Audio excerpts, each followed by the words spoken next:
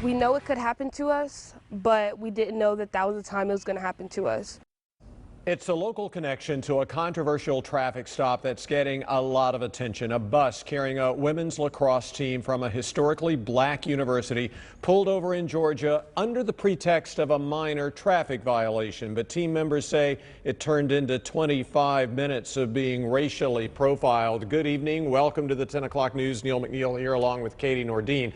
The stop happened back on April 20th. The team representing Delaware State University was heading north in Liberty County, Georgia, just south of Savannah, after a game in Florida. And what happened during that stop has university administrators planning to file a formal complaint with the Justice Department Civil Rights Division, claiming both the stop and the search that followed violated the rights of everyone on that bus. Fox 8's Daryl Matthews joins us live in the newsroom after speaking to one of the members of that team. Daryl, this was more than 300 miles away, and yet it still touches close to home.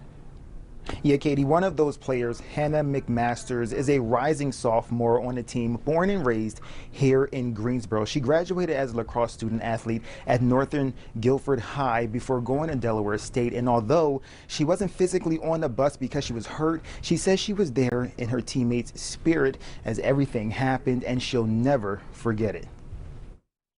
Being African American in the U.S. today is hard. Those are the words of a Division I student athlete just weeks after a traffic stop turned into a traumatizing full-on search by several Liberty County deputies. They did warn us that they were searching the luggage, but they did not warn us that there were going to be canine dogs outside. Liberty County deputies say the Delaware State University charter bus, made up of predominantly black female students, was driving illegally on the left lane, which prompted the stop. 100% you can't be in that left lane at all, okay? Then freshman lacrosse player Hannah McMasters wasn't on the bus at the time because of a broken leg, but says as deputies searched through the team's belongings, she was getting live updates. It made me angry. It made me sad for my teammates that they had to go through this. It made me feel like we're just another number in the USA that is racially profiled. A bunch of dang schoolgirls on the bus. It's probably some weed.